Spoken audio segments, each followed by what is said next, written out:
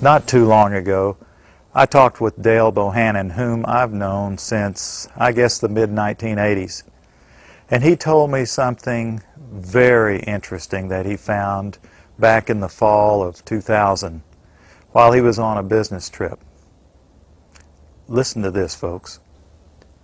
I was pulled to the side road, which was a new cut gravel dirt road in front of a business, a builder supply business, actually top-notch builder supply in Madison, Georgia.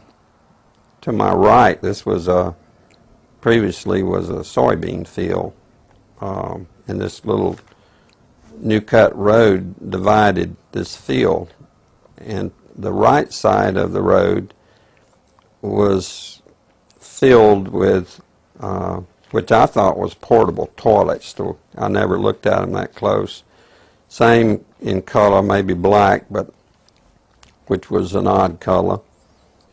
And I was sitting there going over my notes, and a van pulled alongside of me that turned out to be the property owner.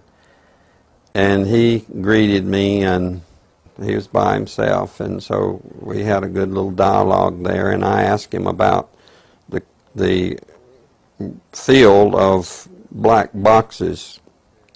What were they? Because I'd never seen anything like that, and his statement was that if he told me, I would be one of few people in Madison, Georgia that knew about them.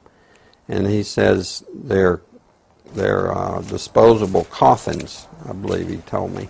And he says there's 100, at that time, he said there was 125,000 there. And they were stacked, he told me, 15 high. I asked him who owned them, and he stated that the CDC owned them and that they were leasing the land, leasing his land for storage. And he said his brother worked with the CDC in Atlanta and had been asked by the CDC to do a 3-year extension to place temporary morgues all across the nation. So in January of this year, 2005, we decided to drive to beautiful Madison, Georgia and take a look for ourselves.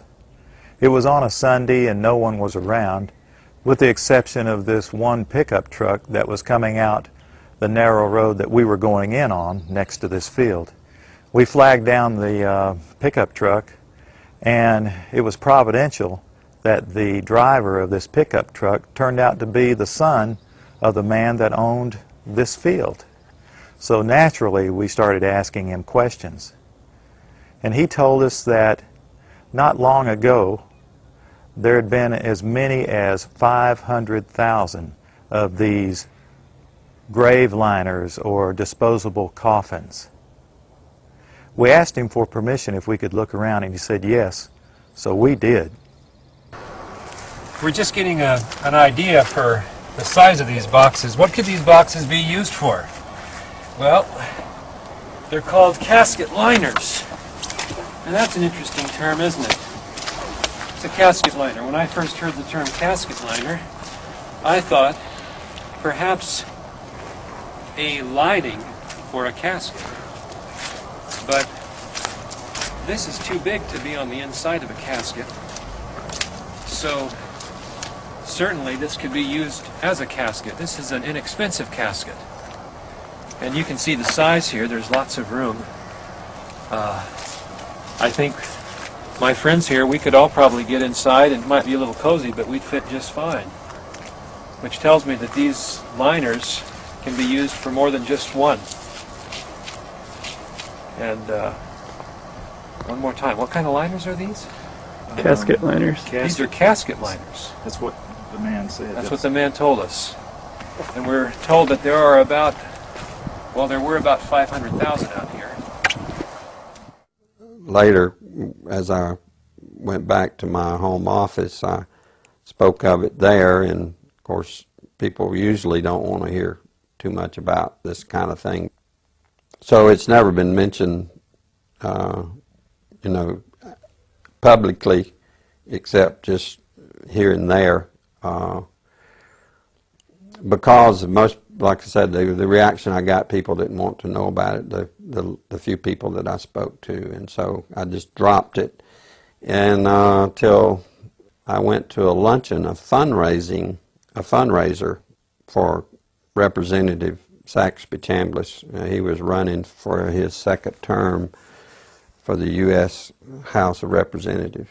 And it was a crowd, probably 100, maybe 150. It was congressmen, senators, state senators, and mayors.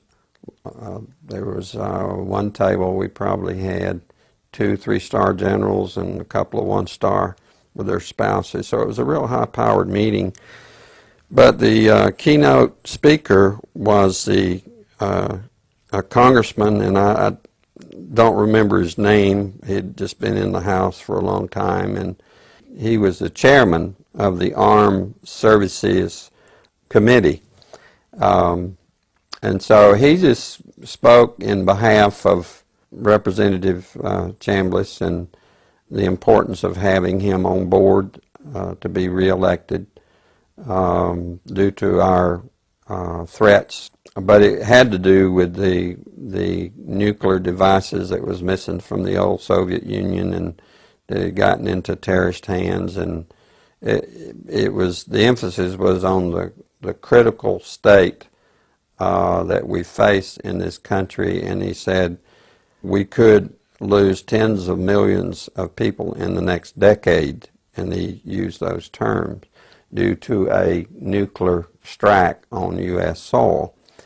And I was sitting there, and it became very clear to me that that could very well explain why just weeks, I mean, could be 2 to 3 weeks prior to that meeting, that I had stumbled upon these, at that time, 125,000 disposable liners or caskets or coffins or whatever they could be termed as in that soybean field in Madison, Georgia. Did you catch what he said, friends? At this high-powered meeting, it was in Perry, Georgia, near Robins Air Force Base, the largest employer in the state of Georgia, Robins Air Force Base. The chairman of the Armed Services Committee was the keynote speaker. The chairman of the Armed Services Committee, whoever that may be, used to be Sam Nunn of Georgia, from the district I was born and raised in. Whoever that chairman is generally one of the most powerful men in Washington. And I can't remember the chairman's name at that time myself, but he said, this was in the year 2000, I believe, that in the next 10 years, possibly due to nuclear strikes, tens of millions of people could lose their lives. And we've just read what our prophet said. Now, what we've just seen is one United States city outside, this is Atlanta, it has a metropolitan population area of roughly 4 million people. So this is one field outside of one U.S. city,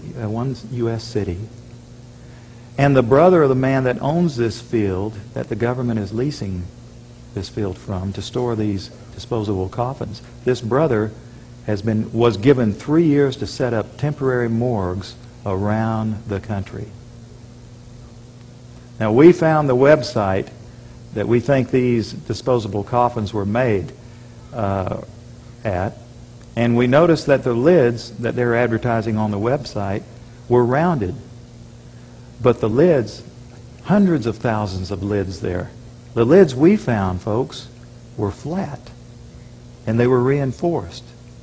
You know what that could mean? You can stack them on top of each other.